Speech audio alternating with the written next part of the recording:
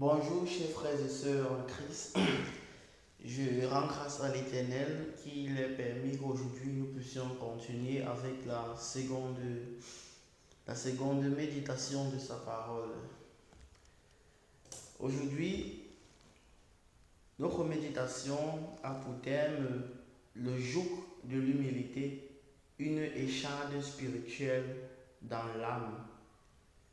Vous savez, mes chers frères et sœurs, il est très facile de s'enorgueillir, mais très difficile de vivre étant humble, parce que la fierté est attachée à la chair.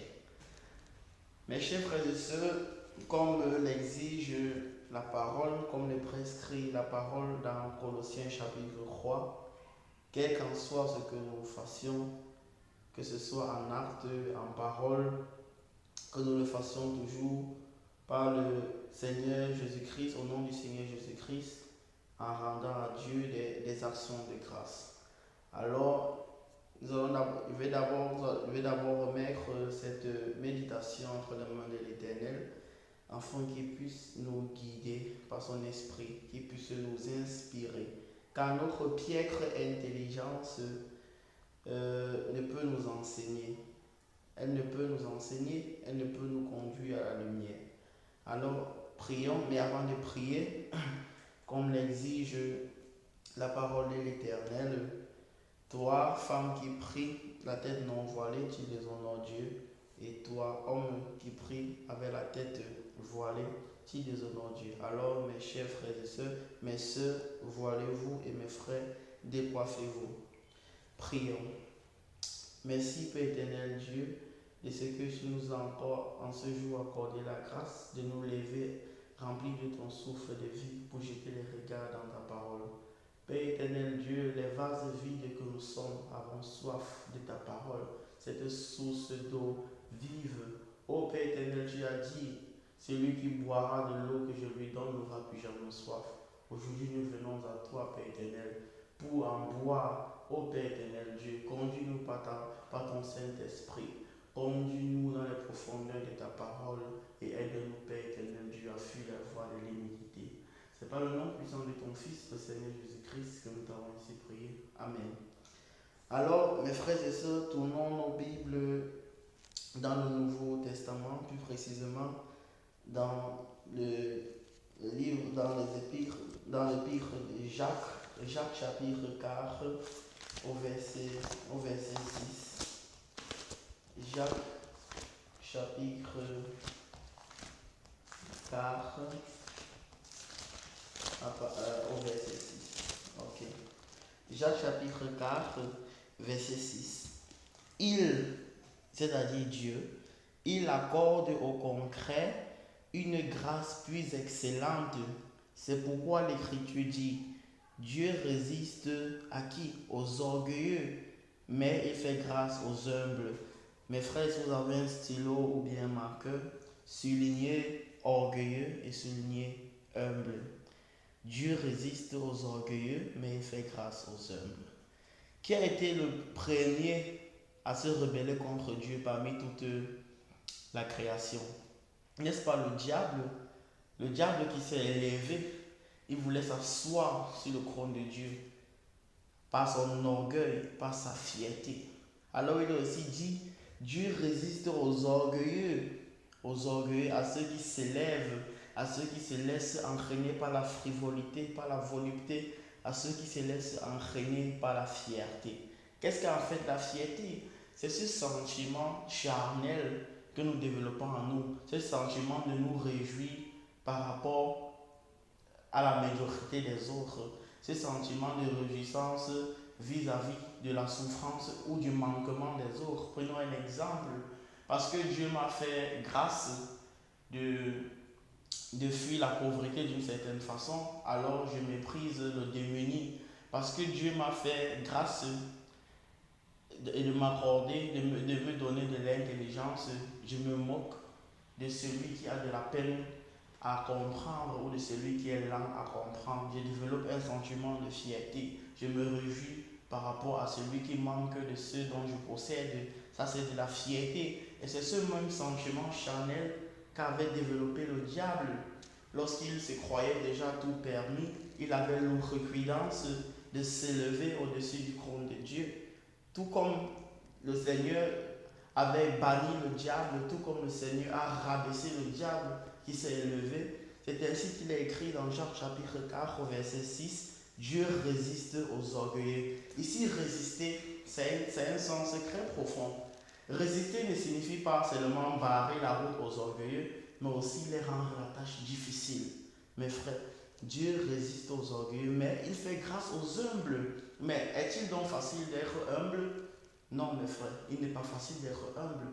Même lorsqu'on est né de nouveau, même lorsqu'on est né d'eau et d'esprit, même lorsqu'on a abandonné notre vie pécheresse, il n'est pas facile de vivre dans l'humilité. Parce que qui prend la résolution de vivre dans l'humilité déclare la guerre à sa propre chair.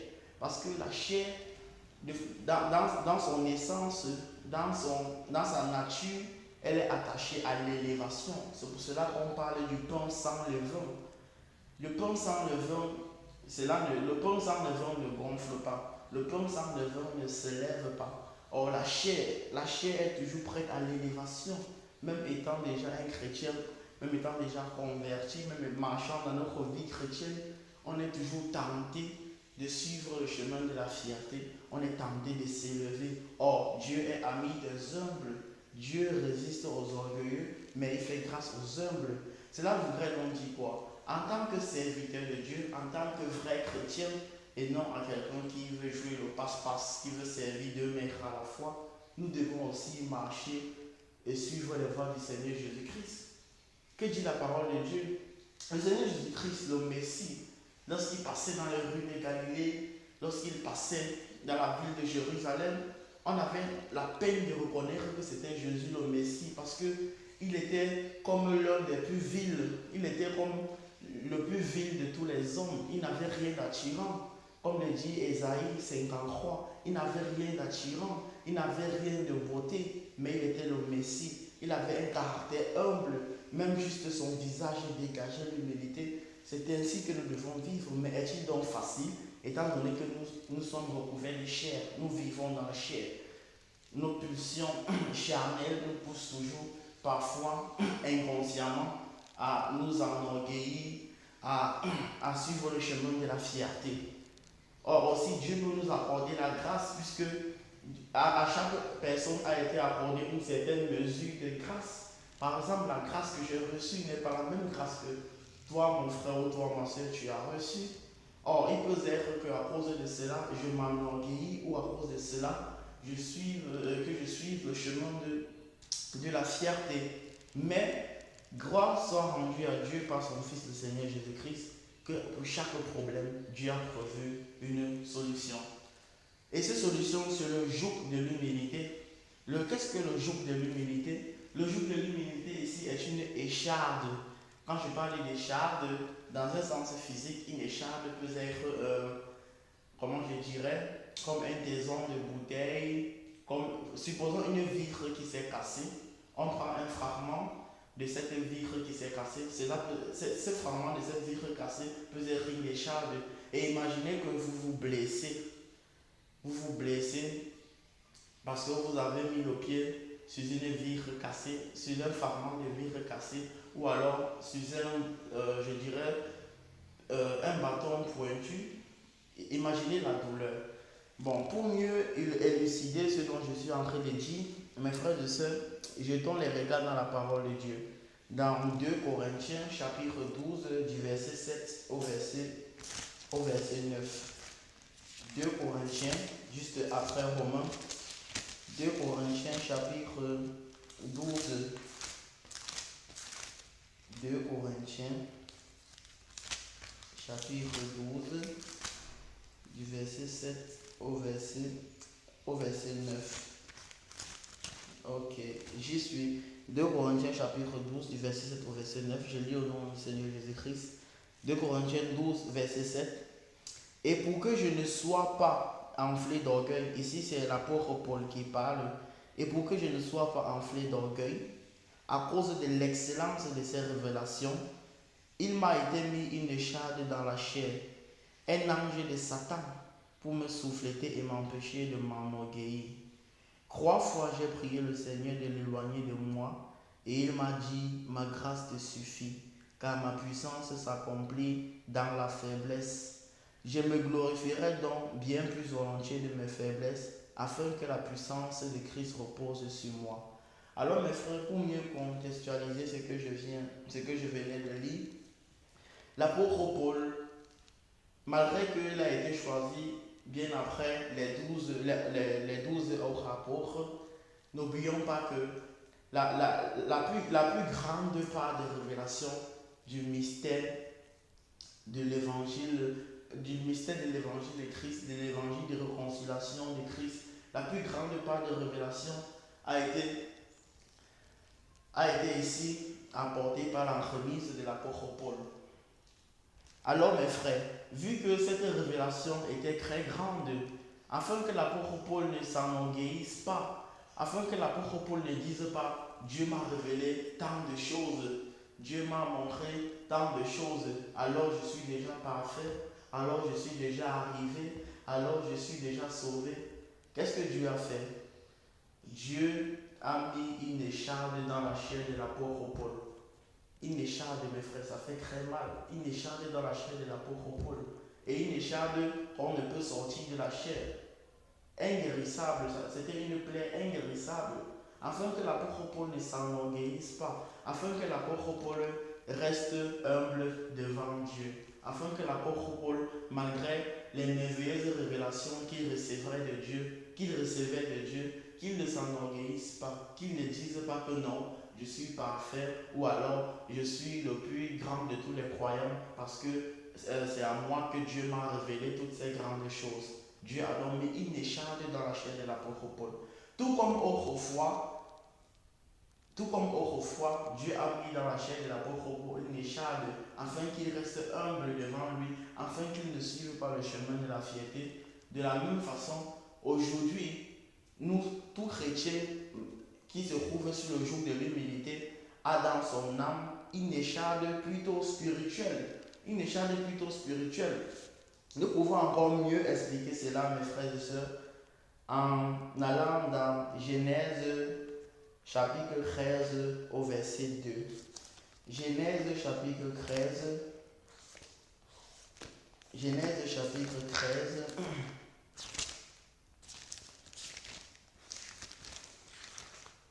Genèse chapitre 13. Bon, avant Genèse chapitre 13, mes frères et sœurs, allons dans Genèse chapitre 11 au verset 30. Qu'est-ce qu'il est dit dans Genèse chapitre 11 au verset 30? Sarai, la femme d'Abraham, Sarai était stérile, elle n'avait point d'enfant. Mais qu'est-ce qu'il est dit dans Genèse chapitre 13 verset 2? Genèse chapitre 13 verset 2, Abraham était très riche en troupeaux, en argent et en or.